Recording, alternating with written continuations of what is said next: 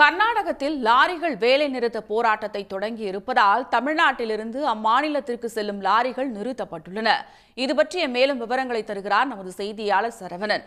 சரவணன், இந்த போராட்டத்தில் சுமார் எத்தனை லாரிகள் பங்கேற்றிருக்கிறது? இதனால் என்ன மாதிரியான பாதிப்புகள் ஏற்பட்டிருக்கிறது? சரவணன், கர்நாடக மாநிலத்தில் கடந்த மாதம் 1ஆம் தேதி முதல் டீசல் விலை லிட்டருக்கு 2 ரூபாய் உயர்த்தப்பட்டதன் காரணமாகவும் கர்நாடகத்தில் உள்ள 64 சுங்கச்சாவடிகளில் சுங்க கட்டணம் உயர்த்தப்பட்ட காரணத்தை கண்டித்தும் நேற்று நள்ளிரவு 12 மணி முதல் கர்நாடக மாநிலத்தில் காலவரையற்ற வேலை நிறுத்த போராட்டம் நடைபெறும் என கர்நாடக லாரி உரிமையாளர்கள் சங்கத்தினர் அறிவித்திருந்தனர்.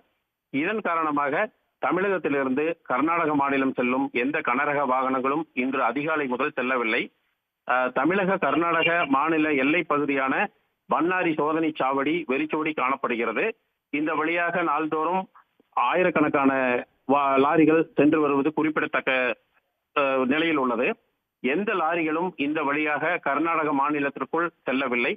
போராட்டம் காரணமாக சத்தியமங்கலத்தில் மட்டும் சுமார் 1000க்கும் மேற்பட்ட லாரிகள் ஆங்காங்கே அவரவர் பணிமனைகளில் நிறுத்தி வைத்துள்ளனர். சரக்குகள் எதுவும் ஏற்றப்படாமல் காலியாக நிறுத்தப்பட்டுள்ளது. கர்நாடக மாநிலம் மற்றும் தொலைதூரத்தில் ஏற்றப்பட்ட சரக்குகள் மட்டும் ஆங்காங்கே வந்து கொண்டிருப்பதாகவும் அவைகள் வந்து சேர்ந்த பின்னர் அந்த லாரிகளும் கர்நாடக மாநிலத்துக்கு இயக்கப்படாது என லாரி உரிமையாளர்கள் தெரிவித்துள்ளனர். ஈரோடு மாவட்டம் மற்றும் கோவை, சேலம், திருப்பூர் ஆகிய மாவட்டங்களிலிருந்து செல்லும் அனைத்து லாரிகளும் ஆங்காங்கே அவரவர் பணிமனைகளில் நிறுத்தப்பட்டுள்ளதாக தகவல்கள் தெரிவிக்கின்றன. விவரங்களுக்கு நன்றி சரவணன். உடனுக்குடன் செய்திகளை தெரிந்து கொள்ள சன் நியூஸ் பெல் ஐகானை கிளிக் பண்ணுங்க.